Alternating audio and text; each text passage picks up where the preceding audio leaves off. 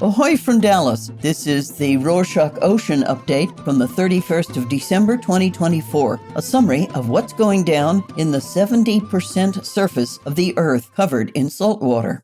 On Thursday the 26th, the Environ Ministry of Peru declared 3 months of environmental emergency after a crude oil spill in the Pacific Ocean near the Talara refinery on the country's northern coast. The spill occurred on Saturday the 21st during pre-shipment operations by Peru, the state oil company. While the exact amount of oil spilled remains unclear, Peru's environmental agency reported that around 10,000 square meters, almost 12,000 square yards, of seawater and at least 7 beaches have been contaminated, harming local wildlife and ecosystems. Peru said it had deployed cleanup crews, boats, and drones immediately and is working with local authorities and fishermen to minimize the damage.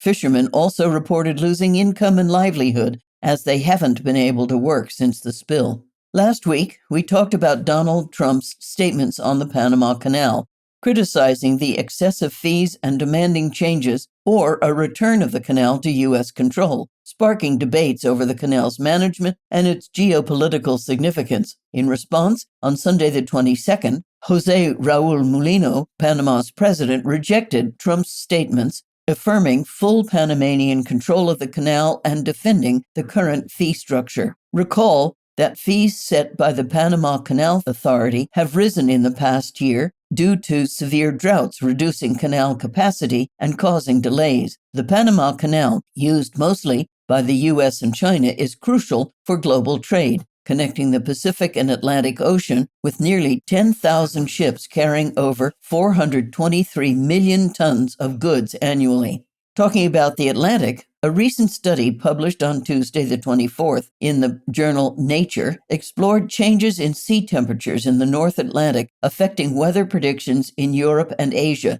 The research found that a weather pattern called the North Atlantic Oscillation, or NAO, plays a big role in these changes. When this pattern stays the same or shifts during winter, it affects other wind patterns, impacting sea temperatures and their stability. The study showed that the NAO's different phases lead to changes in North Atlantic sea temperatures every 1 to 3 months. This research helps scientists understand better how ocean and air patterns interact and improve weather forecasts, especially for temperature and rainfall in Europe and Asia. From the Atlantic to the Indian Ocean. On Thursday the 26th, the United Nations remembered the Indian Ocean Tsunami that occurred on the same day in 2004, which claimed over 230,000 lives. On its 20th anniversary, UN officials called for renewed global efforts to protect future generations from similar disasters.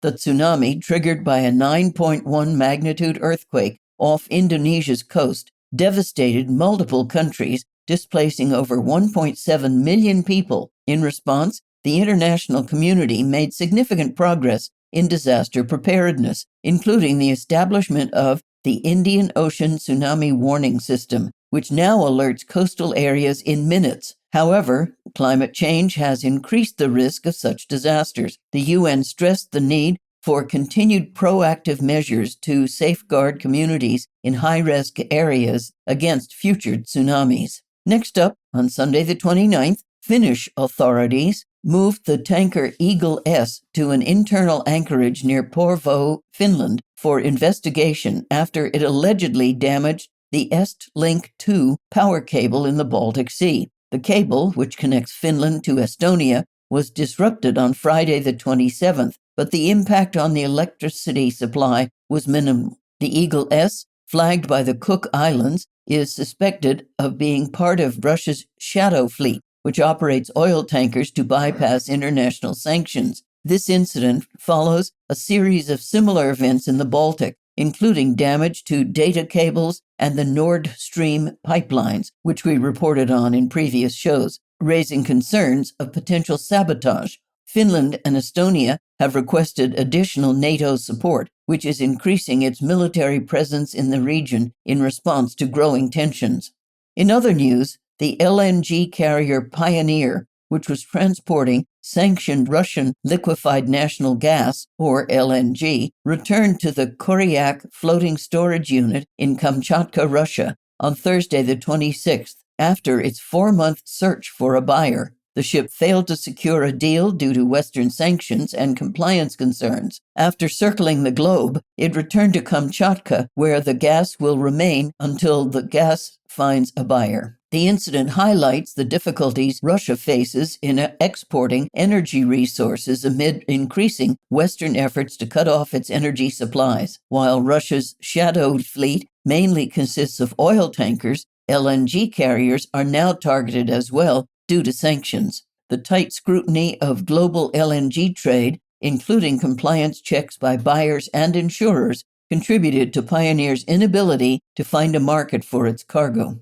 Speaking of LNG, the MSC Mediterranean Shipping Company has recently ordered an additional 10 liquefied natural gas dual-fuel vessels from Hengli Heavy Industries in China. The ships will be delivered between 2028 and 2030. This order follows a similar one placed earlier in 2024 for another 10 ships. MSC's focus on LNG dual-fuel vessels is part of its efforts to decarbonize and modernize its fleet while maintaining its leading position in the global container shipping market. The shipping industry has seen a significant increase in orders for dual-fuel ships, especially in the container sector, as companies invest in environmentally friendly technologies. Next up, on Saturday the 28th, the website Passions Astronomia presented NASA's Sea Level Change Team's interactive map, which visualizes projected sea level rise globally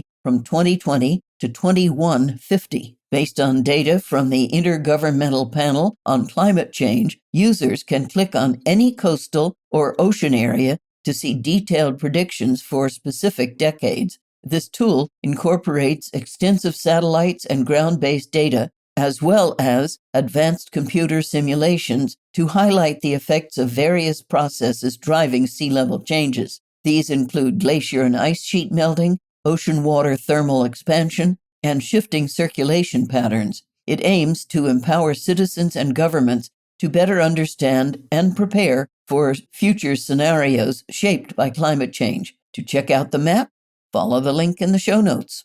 In other news, cephalopods, like octopuses, cuttlefish, and squid, are gaining attention among scientists in animal welfare discussions due to their remarkable intelligence and unique brain structures, as reported by phys.org and The Conversation on Wednesday the 25th. They can solve problems, use camouflage, and even show self-control. This intelligence has sparked ethical concerns about practices like octopus farming. Some U.S. states, including California and Washington, have banned such farming, and similar actions are being considered elsewhere. The EU has implemented guidelines to treat cephalopods humanely since 2010, and the U.S. is exploring policies in the same direction. Sadly, there was a tragedy in the Red Sea. A shark attack near Marsa Alam, a resort town on Egypt's coast, killed a 48-year-old Italian tourist